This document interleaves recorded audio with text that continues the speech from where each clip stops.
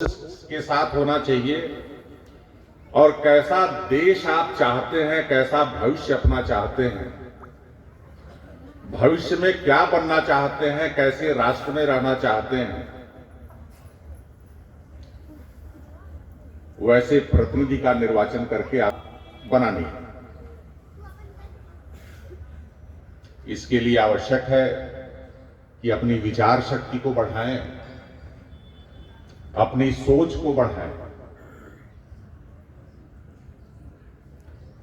कक्षाओं में जो हमें पढ़ाया जाता है, जो सिलेबस है, पाठ्यक्रम है, उस पाठ्यक्रम को तो हम पढ़ते ही हैं, लेकिन उसके साथ साथ हमारी प्रतिभा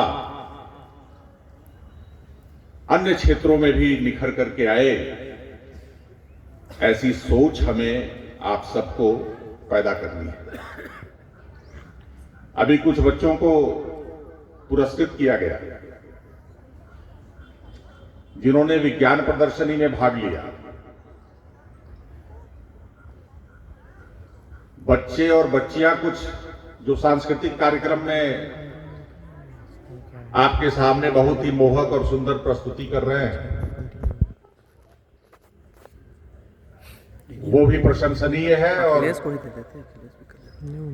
समय आने पर उसका भी अच्छा मूल्यांकन होगा। आप चाहे कला की पढ़ाई कर रहे हो, कला वर्ग की, चाहे विज्ञान वर्ग की पढ़ाई कर रहे हो, बुद्धि, मेधा, विवेक किसी का किसी से कम नहीं है। कोई बच्चा अंग्रेजी में बहुत अच्छा है तो गणित में कमजोर होता है, कोई गणित में बहुत अच्छा है तो हिंदी में थोड़ा कमजोर होता है। तो कहीं अगर रुचि कम है तो उस रुचि की वजह से जिस विषय में रुचि ज्यादा है उस विषय में अच्छे अंक प्राप्त कर लेते हैं। थोड़ा सोचने की जरूरत है, परिश्रम करने की जरूरत है, अपनी रुचि हर उस क्षेत्र में पैदा करनी है जो भी क्षेत्र हमें दिखाई देता है और जिसमें हम बढ़िया करने की कोशिश कर सकते हैं।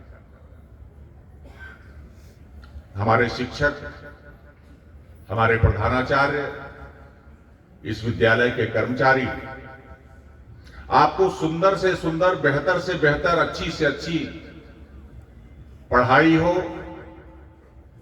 वातावरण सुंदर हो और सबसे प्रमुख बात जो अनुशासन की है, जो हमारे जीवन को उत्कृष्ट बनाता है, उस पर विशेष ध्यान दे रहे हैं। कुछ समय पहले, 2-3 महीने पहले, थोड़ा सा आप लोगों को तकलीफ हुई, चैनल बंद कर दिया गया, बाहर घूमने का अवसर खत्म हो गया।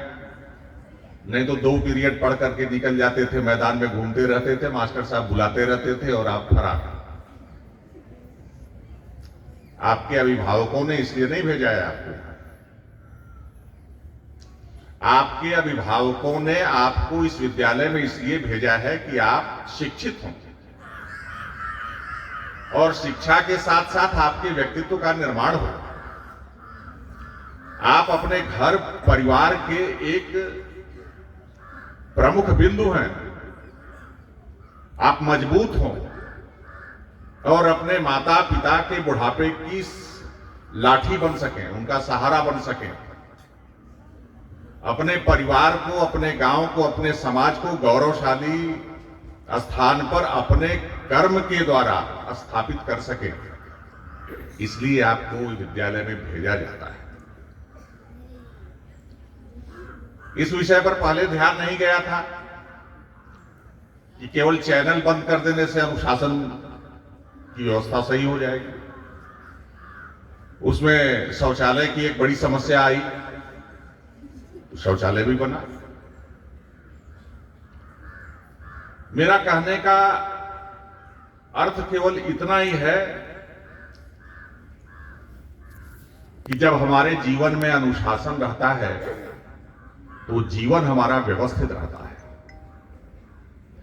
तब हमारे पास सोचने का, लिखने पढ़ने का, काम करने का ज्यादा से ज्यादा समय मिलता है। और एक अनुशासित जीवन में रह करके हम जो पढ़ाई करेंगे, जो व्यक्तित्व का निर्माण अपना करेंगे, वो हमारा भविष्य संवारेगा, भविष्य बनाएगा। तो प्यारे बच्चों, जब हमारे शिक्षक, आपके शिक्षक आपको कुछ नियंत्रण में रखने की कोशिश करते हैं, बालक का मन है आपका, बालक बानर एक समाना, बंदरों जैसी हरकत कभी कभी कर देते हैं। जैसे अभी बैठे हुए थे ना, वो कुछ कार्यक्रम चल रहा था, 1-8 मिनट देर हुई, हमको लगता आधा मिनट, तो हो की आवाज आने लगी पीछे से, 2-4 बच्चों ने किया। तो हमारे कोषाध्यक्ष महोदय ने कहा, क्या बाहरी बच्चे आ गए हैं क्या यहाँ पर? तो उन्होंने कहा, नहीं बाहरी बच्चे नहीं है, अपने ही बच्चे हैं, कुछ बंदर जैसे हैं। तो अभी वो सुधर जाएंगे, आदमी हो जाएंगे। तो प्यारे बच्चों, आज के दिन बहुत लंबा संबोधन मैं नहीं करूंगा, मुझे जाना है, लेकिन एक बात जरूर कहकर जाऊंगा कि इस विद्यालय में जो भी व्यवस्था हो रही है, आपके शब्द ज्ञान बढ़ाने के लिए एक बोर्ड लगा,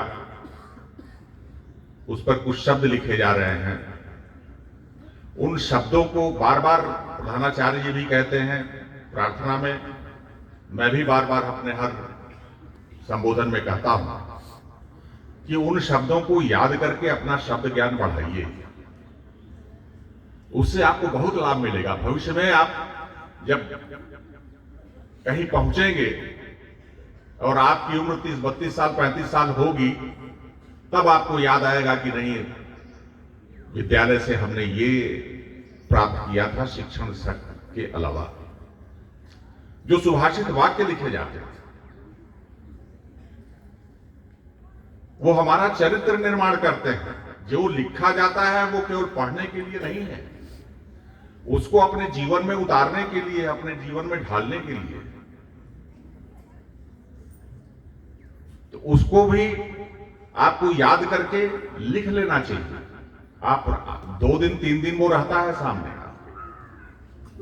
एक बार उधर से गुजरे तो शब्द याद कर लिए, उसको कॉपी पर लिख लिया, दूसरी बार वहां से गुजरे तो सुभाषित याद कर लिए, उसको कॉपी पर लिख लिया,